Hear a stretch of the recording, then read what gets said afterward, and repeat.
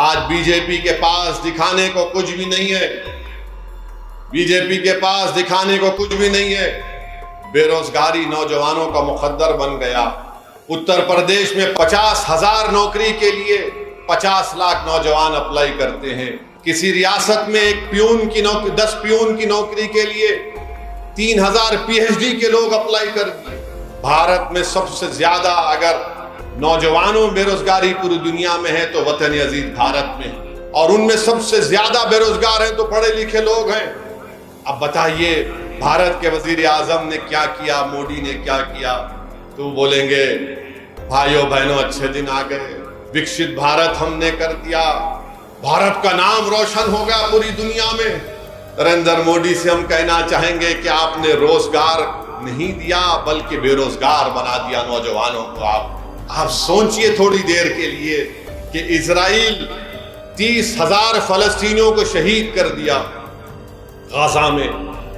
20 लाख की आबादी में 13 लाख बेघर हो गए लोग। उस 30,000 में 16,000 बच्चे मर गए। पीने का पानी नहीं है, खाने को खाना नहीं है, अस्पताल में दवाएं नहीं है।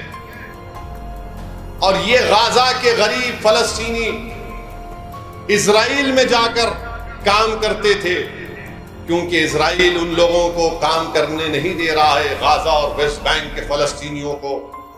तो इजराइल नरेंद्र मोदी से कहता है कि हमको भारत से नौजवान दिलाओ। मोदी जी, ये कौन सा विकसित भारत है कि इजराइल में नौकरी करने के लिए जहां पर जंग चल रही है, भारत का नौजवान अपनी जान को हथेली रखकर जा रहा है। आपने रोजगार दे दिए।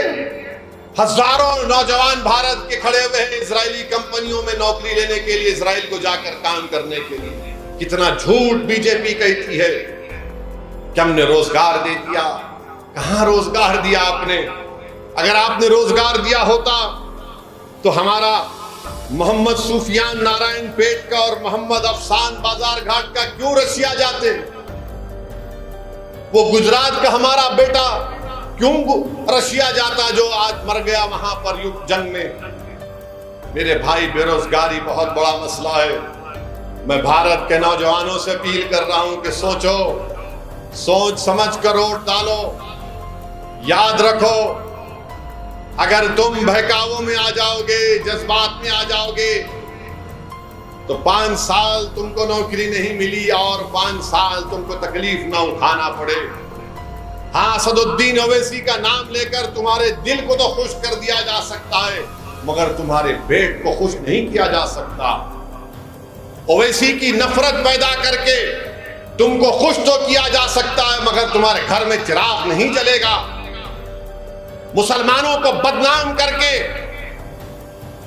तुमको कुछ झूठा पैगाम तो दिया जा सकता है, मगर तुम्हारे माँ बाप के ख्वाबों को पूरा नहीं किया जा सकता।